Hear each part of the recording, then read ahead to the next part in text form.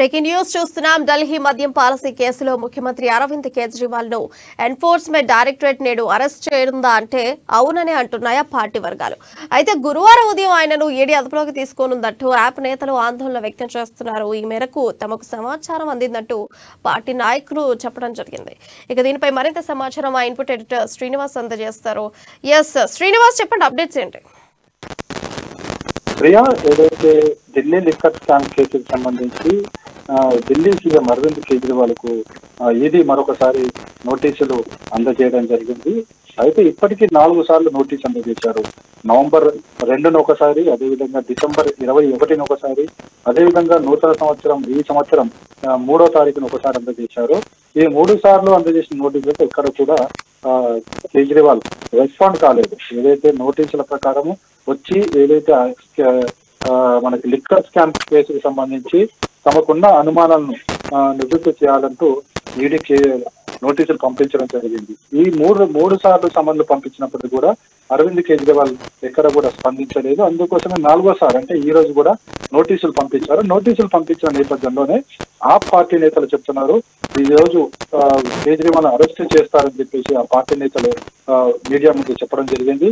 అయితే దీనికి సంబంధించి ఈడీ అధికారులు కూడా చెప్తున్నది ఒకటే, తాము ఎక్కడ కూడా నోటీసులు అందజేశాము తప్ప అరెస్ట్ చేస్తాము, అదుపులోకి తీసుకుంటామని ఎక్కడ కూడా చెప్పడం లేదు అని చెప్పేసి కూడా వాళ్ళు క్లారిటీ ఇవ్వడం జరిగింది. అయితే ఇది కేవలం ఆ పార్టీ నేతలు మాత్రమే ఇలా ప్రచారం చేసుకుంటున్నారని చెప్పేసి చెబుతున్నారు. అయితే మరోవైపు చూసుకుంటే కనుక మరికొద్ది సేపట్లో అరవింద్ కేజ్రీవాల్ మీడియా ముందు మాట్లాడబోతున్నారు. మీడియాతో ఏం మాట్లాడతారో కూడా చూడాలి. ఎందుకంటే లిక్కర్ స్కామ్ కేసుకు సంబంధించి ఇప్పటికే మనీష్ సిసోడియా, ఢిల్లీ ఉప ముఖ్యమంత్రి ఉన్న మనీష్ సిసోడియా అరెస్ట్ అయి ఇప్పటికే సంవత్సరం కావస్తుంది. ఇప్పటికి కూడా ఆయన జైల్లోనే మగ్గుతున్నారు. ఆయనకి ఎలాంటి వెసులుబాటు అంటే బెయిల్ కూడా ఇవ్వలేదు. సో మరోవైపు చూసుకుంటే కనుక ఈ లిక్కర్ స్కామ్ కేసుకు సంబంధించి ఏదైతే తెలుగు రాష్ట్రాల లింకులు ఉన్నాయి, మనకి కల్వకుంట్ల కవితకి ఈడీ నోటీసులు ఇచ్చింది. ఆ కేసుకు సంబంధించి తనను కోర్టుకు పిలవద్దంటూ ఈడీ విచారణకు హాజరు కాకుండా తన ఇంటి వద్దనే విచారణ జరపమని చెప్పేసి కవిత సుప్రీంకోర్టుకు వెళ్ళడం జరిగింది. అదేవిధంగా మరోవైపు చూసుకుంటే కనుక ఈ కేసుకు సంబంధించి ఇప్పటికీ 4 బెయిల్ లభించడం జరిగింది. సో ఇవన్నీ చూసుకుంటే కనుక ఇప్పటికీ కేజ్రీవాల్ కు 3 సార్లు సమన్ పంపించారు.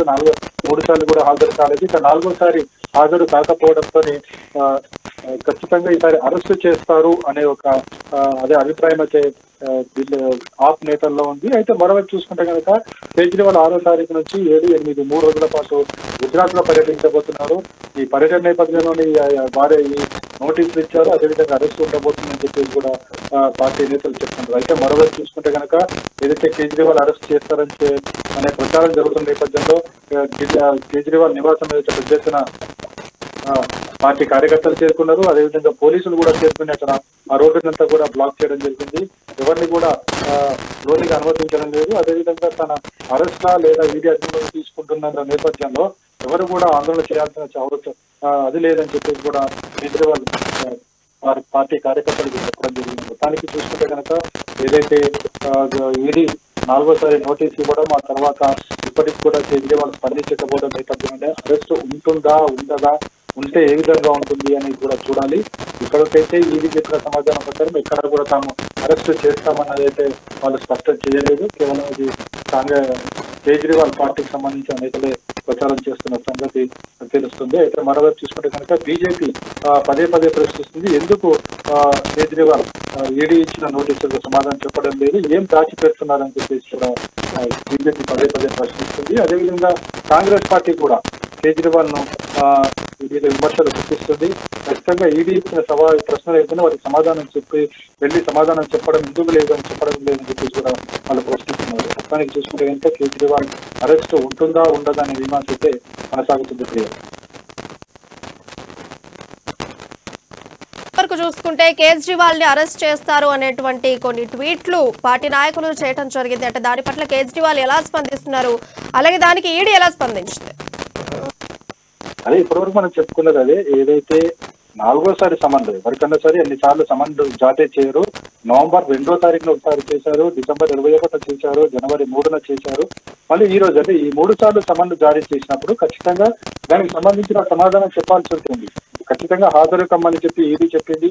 ఈడీ యొక్క హాజరై ఏదైతే వాళ్ళు లేవనెత్తే ప్రశ్నలు ఏవైతే ఆ ప్రశ్నలకు సమాధానం చెప్పాలి. లిక్కర్ స్కామ్ కి సంబంధించి ఏదైతే ఢిల్లీ ప్రభుత్వం తీసుకున్న విధి విధానాల మీద అనేక అనుమానాలు తలెత్తిన నేపథ్యంలో దీనికి సంబంధించి వీళ్ళు ఎన్నుకున్న పాత్ర ఏంటి, సిసోడియాకి ఈయనకున్న సంబంధం ఏంటి, అదేవిధంగా కేజ్రీవాల్ తెలిసే ఇదంతా జరిగిందా లేదా ఇలా అంటే ప్రశ్నలు కొన్ని ఉన్నాయి. ప్రశ్నలకు సమాధానం చెప్పాల్సిందిగా ఈడీ 3 సార్లు నోటీస్ ఇచ్చింది.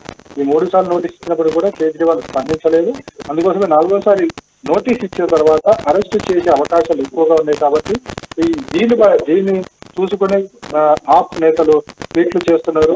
అరవింద్ కేజ్రీవాల్ అరెస్ట్ చేస్తారని ప్రచారం చేస్తున్నారని మాత్రం తెలుస్తుంది. ఈడీ అధికారులు కేజ్రీవాల్ ఇంటిపై దాడులు చేసే అవకాశం ఉందంటారా? ఈడీ అధికారులు ఎప్పుడు కూడా దాడులు చేయరు. వాళ్ళు కేవలం వచ్చి వాళ్ళకున్న అనుమానాలు ఏవైతే ఉంటాయో అనుమానాలకు సంబంధించి ప్రశ్నలు ఉంటాయి. ఆ ప్రశ్నల్ని మాత్రమే అడుగుతారు. గతంలో కూడా కల్వకుంట్ల కవితను కూడా పిలిచారు. విచారణకు హాజరుకమ్మని విచారణ హాజరైన తర్వాత వాళ్ళు ఏవైతే ప్రశ్నలు ఏదో ప్రశ్నలకు సమాధానం చెప్పాలి. అదేవిధంగా ఈడీ దానికి అనుగుణంగా ప్రశ్నలు కూడా అంటే కావాల్సిన సాక్ష్యాలు కూడా తమ దగ్గర పెట్టుకుని సాక్ష్యాల ముందుంచి ఇవి అవునా కాదని ప్రశ్నిస్తుంది.